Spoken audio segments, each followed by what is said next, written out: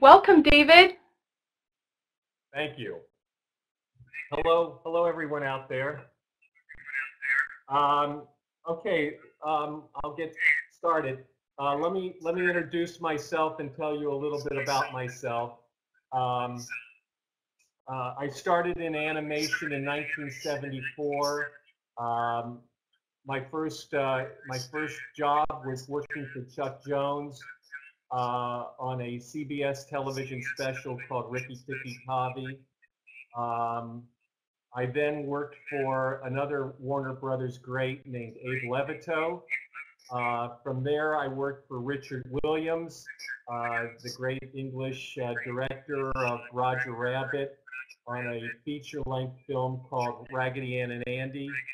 And then I joined Walt Disney Studios in 1977. Became an animator on the movie The Fox and the Hound. Um, Went on to animate on several of their movies, but in 1985, I was asked to join I was one of the founding members of Walt Disney TV Animation. They were starting a first ever television division. I was asked to join that crew as one of the original members, and I did. I left feature animation to join TV animation. I would become a director there and direct series TV of DuckTales, Disney's Adventures of the Gummy Bears, a series called Bonkers, The New Adventures of Winnie the Pooh, and I would eventually direct on Kim Possible. Um, in 1995, I went back to feature animation and animated on Hercules, Tarzan, Emperor's New Groove, and Treasure Planet. I've been with Disney a total of 32 years and am currently an animation supervisor in their special projects division. So today we're going to talk about live action reference. Uh, there we go. That's a little better. Live action reference for animation.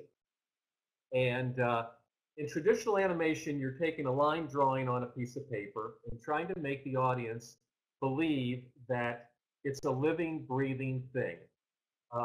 So you start off with a piece of paper, and by drawing something on it, you're trying to take that drawing and make someone believe that it's no longer a drawing. It's got life. It's got blood running through its veins. You're trying to make the unbelievable believable. And let's say you're in CG animation. It's still the same challenge. You're given a mannequin that has no life to it whatsoever, uh, and you're trying to bring that model to life, and that's a heck of a challenge, because the audience, your audience, if it's a human being that you're trying to animate, or if it's a caricature of a human being, you're still trying to make that figure move like a human being, and your audience knows what a human being moves like. They see it every day. So if your animation isn't true to life, they're going to recognize that, and the barrier that you're trying to pull down to make them forget that they're looking at a drawing or they're looking at something that was computer generated, that disbelief is going to be recreated again, and they're going to say, you're going to pull them out of the movie. What you're trying to do is pull them into the movie and make them forget that what they're looking at is just, created artificially.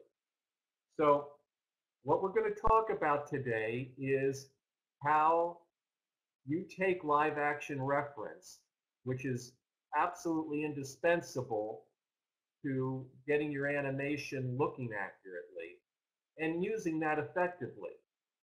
we're going to meet some characters in this sequence, and it was necessary for me to either have some live action reference to refer to, and then we'll talk about the other ways of using live action reference. So I am going to put a DVD now into my computer and hopefully share this footage with you. The first thing you're going to see is me 14 years ago, so I'll look a little younger, and I am acting out a scene that I had eventually had to animate. So you're going to see the live action reference that I used, and then see the actual scene of animation, and hopefully you'll be able to see this just fine.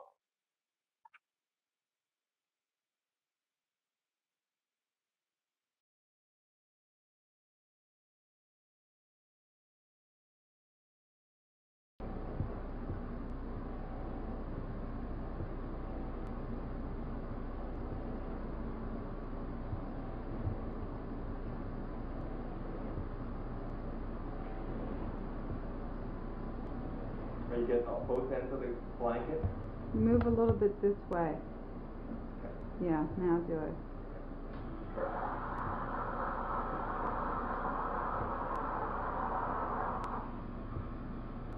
Okay. Hey, Mac. Whoa, whoa, whoa! You want to buy a sundial? He's not interested, all right? Come on, kid. Okay, let's stop it there. Whoa, whoa, whoa, whoa. Okay. So let me talk a little bit about the Doomsday Guy.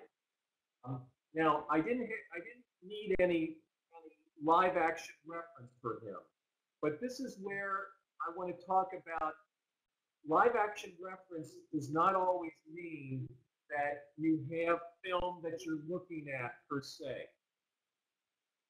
I had this character called the Doomsday Guy, and we know he's crazy. And there was nothing more in the storyboard other than the fact that he enters the scene, he interacts with our characters, Hercules, Pegasus, and Phil. What he does with them was not determined. I was basically given an open field to do what I wanted to do with him. So I'm thinking to myself, all right, we got Hercules, Phil, and Pegasus in Thebes, and they're already kind of intimidated and they're a little shy about this crazy, crazy place. What would be the scariest thing to happen to them? A sort of homeless, psychotic guy would confront them in the city of Thebes. Well, if I were them, the scariest thing for me would be if a homeless guy got really close to me. That would be like, oh my God. The end is coming! Can't you feel it? Yes, yes. Thank you for the info. Yes, we'll ponder that for a while. Just stare at the sidewalk. Come on, don't make eye contact. So that was the direction I took. This day guy really gets in your face. And the first thing we see of him is he pops up in front of camera. We see him really close. In fact, all we see are his eyes. He gets up that close to us, to the camera. And then he runs back, and he really gets inside their comfort zone as Hercules Pegasus. In fact, he grabbed Pegasus's face and goes eyeball to eyeball. And then he runs away. I mean, all the while he's saying the world is coming to an end, the world is coming to an end. So, in order to come up with an entertaining scene and something that would work, I analyzed the scene and thought to myself, if I'm in the city and a homeless guy did that to me, that would freak me out a little bit. So there's live action reference that I'm thinking about. Not be acting the scene out for myself, but I'm going to my own personal experiences in life and using that to come up with inspiration for myself in this particular scene. The end is coming! Can't you feel it? Yes, yes. Thank you for the info. Yes, You'll ponder that for a while. Just stare at the sidewalk. Come on, don't make eye contact. Here's the movie. Okay. Anticipation, and then he just swept all the way forward. Okay, cool. All right. Next clip we're going to run is some really great rare footage from Sleeping Beauty and Alice in Wonderland. And here was a case, and Disney does this a lot, especially in the early days. I mean, going all the way back to Snow White and the Seven Dwarfs. They soundstage and put people in costumes and really set up the setup as far as how it was going to look in animation, and had these great character actors. Helene Stanley was the gal who did the dance routines. She was a very pretty gal, and she had ballet experience.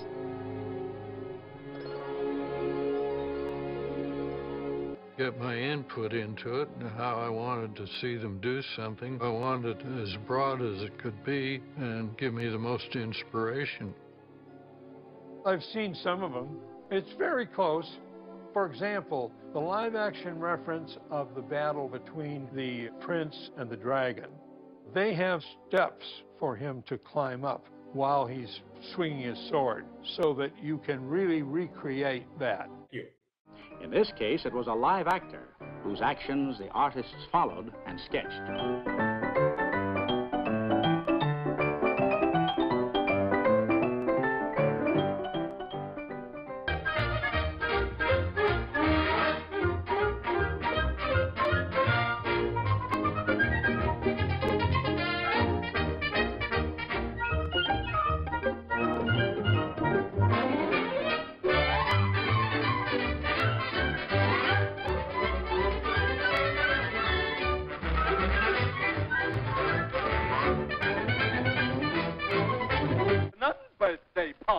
Unbirthday?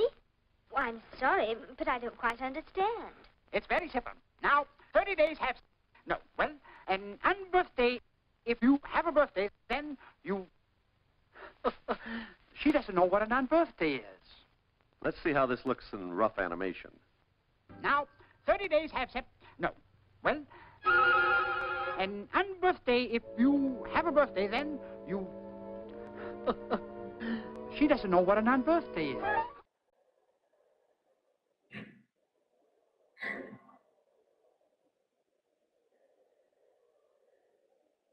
Now, this is the scene that was staged very differently in the movie, but this animator goes to a lot of trouble to feel what our heroine was feeling at the time. This was not stuff he could actually use in his animation, but the feeling he got from acting it out was something he could translate to his eventual animation. That's a lot of hair. She's growing out. Is there blood in your mustache? Goldie, look at this. Look at all the blood in his mustache. She's growing out. Is there blood in your mustache? Goldie, look at this. Look at all the blood in his mustache. That's a lot of hair. She's growing it out. Is there blood in your mustache? Goldie, look at this. Look at all the blood in his mustache. I have dreams like you, no really, just much less touchy-feely. I have dreams like you, no really, just much less touchy-feely. I have dreams like you, no really, just much less touchy-feely.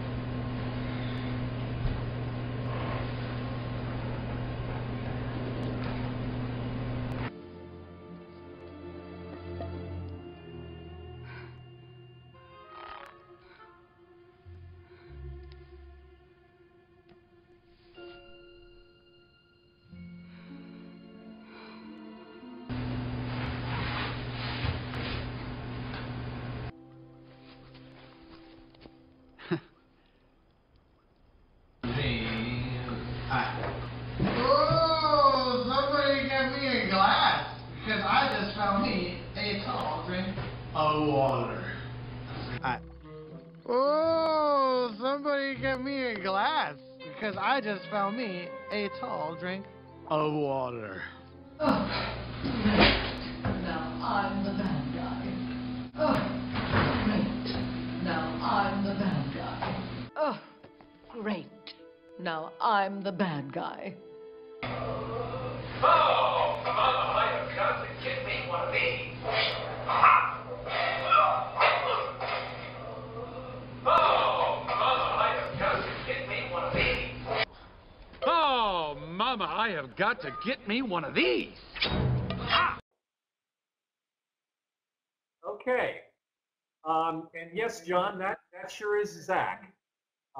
Zach is a really, really good animator and someone that I met a couple years back. He was kind enough to give me a lot of his live action reference from Tangled, and real talent, real great guy. I hope you all enjoyed it. I hope you'll take a minute. Yes, thank you so much, David. This has been such an informative lecture, such an exciting one to see. Thank you, David, and thank you, Bill Racinos, for being our tech today. Thank you so much. Have a good week. Bye-bye.